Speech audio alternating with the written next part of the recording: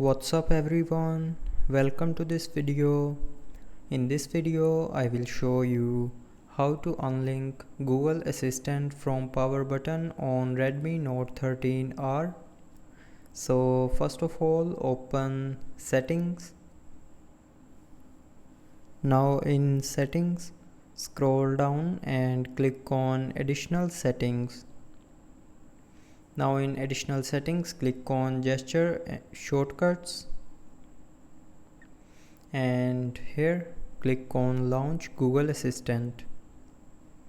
Now to unlink Google Assistant from power button, tap on this button to turn it off, and after turning off this button, when you will press and hold the power button, it will not open the Google Assistant.